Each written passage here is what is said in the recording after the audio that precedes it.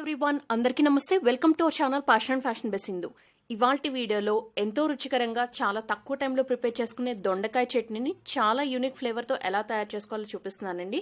వీడియోని స్కిప్ చేయకుండా చివరి వరకు చూడండి. తప్పకుండా మీరు కూడా ట్రై చేసి మీ ఫీడ్బ్యాక్ని నా కమెంట్ సెక్షన్లో షేర్ చేసుకోండి. రెసిపీ ప్రిపరేషన్ కోసం ఫస్ట్ స్టవ్ మీద ఒక ప్యాన్ పెట్టుకున్నాను. ఇందులోకి 3 టేబుల్ స్పూన్ల వరకు వేసిన గుళ్ళనే వేసుకుని కేవలం లో హీట్లోనే 5 మినిట్స్ పాటు డ్రై రోస్టింగ్ అనేది చేసుకోవాలి. మనకి పైన పొట్టు అనేది లైట్గా బ్లాకిష్ కలర్ టర్న్ అయ్యే వరకు డ్రై రోస్టింగ్ చేసుకోవాలి. డ్రై రోస్ట్ అయిపోయిన వీటిని ఒక ప్లేట్లోకి తీసుకుని పక్కన పెట్టుకోండి.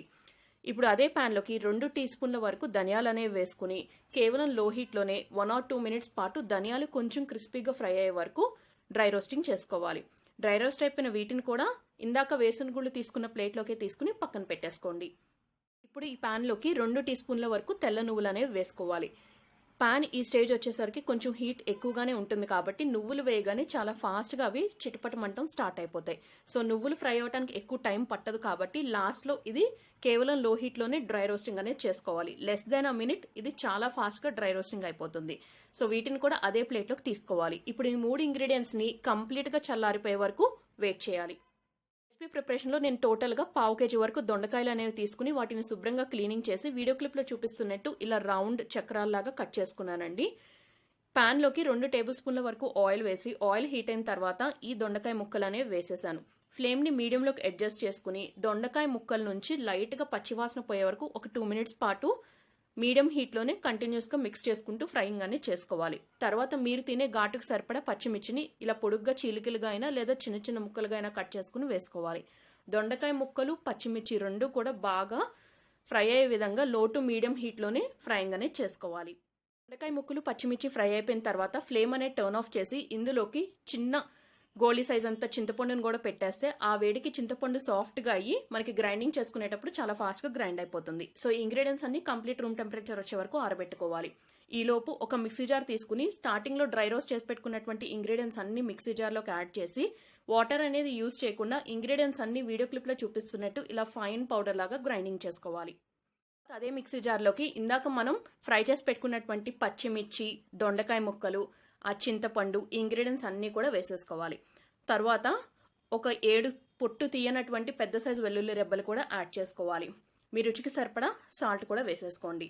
ఒక 1/2 టీ స్పూన్ జీలకర్ర కూడా వేసుకోండి. మనం పోపులో జీలకర్ర యూజ్ చేసినప్పటికీ కూడా ఇలా గ్రైండింగ్ చేసేటప్పుడు జీలకర్ర కూడా వేసి గ్రైండింగ్ చేస్తే టేస్ట్ అనేది చాలా బాగుంటుంది. ఇప్పుడు ఇంగ్రీడియంట్స్ అన్ని వాటర్ ఏమి యాడ్ చేయకుండా వీడియో క్లిప్లో చూపిస్తున్నట్టు ఇలా కచ్చా పచ్చగా గ్రైండింగ్ చేసుకోండి. ఈ గ్రైండ్ అయిపోయిన చట్నీలోకి ఇందాక మనం గ్రైండింగ్ చేసుకున్నటువంటి పౌడర్ ఏదైతే ఉందో దాన్ని యాడ్ చేసేసేయండి. ఒకసారి గరిటె పెట్టి బాగా కలుపుకొని మరొకసారి హై స్పీడ్లో మిక్సీ జార్లోనే గ్రైండింగ్ చేసుకోండి. దొండకాయతో ప్రిపేర్ చేసిన మరికొన్ని రెసిపీస్ తాలూకా లింక్స్ అనేవి నేను పైన ఐకార్డ్స్లో షేర్ చేస్తానండి. కుదిరితే ఆ రెసిపీస్ని తప్పకుండా ఒకసారి చెక్ చేయండి. అలాగే దొండకాయ చట్నీని రెగ్యులర్ మెథడ్లో ఇంకో విధంగా ఎలా ప్రిపేర్ చేసుకోవాలో కూడా ఆల్రెడీ మన ఛానల్లో పోస్ట్ చేశాను. ఆ రెసిపీ కూడా నేను చివరి ఎండ్ స్క్రీన్లో షేర్ చేశాను. తప్పకుండా ఆ రెసిపీని కూడా ఒకసారి చెక్ చేయండి. ఇప్పుడు చట్నీ మనకి ఇలా గ్రైండ్ అయిపోయిన తర్వాత దీన్ని పోపు పెట్టుకోవాలి. ఇందుకోసం స్టవ్ మీద ఆ ప్యాన్ని పెట్టుకుని 2 టేబుల్ స్పూన్ల వరకు ఆయిల్ వేసుకోవాలి. ఆయిల్ హీట్ అయిన తర్వాత పచ్చిశనగపప్పు, మినప్పప్పు, జీలకర్ర, ఆవాలు అన్నీ 1/2 టీ స్పూన్ చొప్పున ఆయిల్లోకి వేసేయాలి. పోపుని కేవలం లో హీట్లోనే ఫ్రైయింగ్ చేసుకోవాలి. పోపు ఫ్రై అవుతున్నప్పుడు ఇందులోకి 2 ఎండుమిర్చిని ఇలా తుంచుకుని వేసుకున్నాను. ఒక 1/2 టీ స్పూన్ పసుపు కూడా వేసుకున్నాను.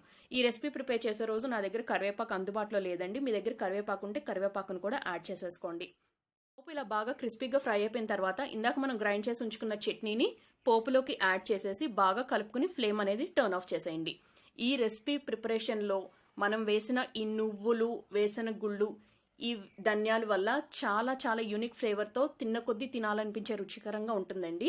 సో చట్నీని బాగా మిక్స్ చేసుకున్న తర్వాత లాస్ట్లో స్పెషల్ ఎడిషన్గా పచ్చి దొండకాయ ముక్కలు అనేవి ఒక 2 టేబుల్ స్పూన్ల వరకు యాడ్ చేశాను. ఇవి వేయటం వల్ల మనం చట్నీ తినేటప్పుడు మధ్య మధ్యలో ఆ రాగ్ బైట్స్ లాగా తగులుతూ చాలా టేస్టీగా ఉంటుంది. సో నేను చూపించిన ఈ దొండకాయ యూనిక్ ఫ్లేవర్తో ఉండే చట్నీ రెసిపీ మీకు నచ్చితే తప్పకుండా ట్రై చేసి ఛానల్ని సబ్స్క్రైబ్ చేసుకుని బెల్ ఐకాన్ యాక్టివేట్ చేసుకుని ఆల్ అనే ఆప్షన్ కూడా సెలెక్ట్ చేసుకోండి. అలాగే వీడియోని మర్చిపోకుండా ఫ్రెండ్స్ అండ్ రిలేటివ్స్కి కూడా ఫార్వర్డ్ చేయండి. మరొక ఇంట్రెస్టింగ్ రెసిపీతో రేపు మళ్ళీ కలుసుకుందాం. Thank you all very much for watching my video. Stay home, stay safe, take care all of you. Bye.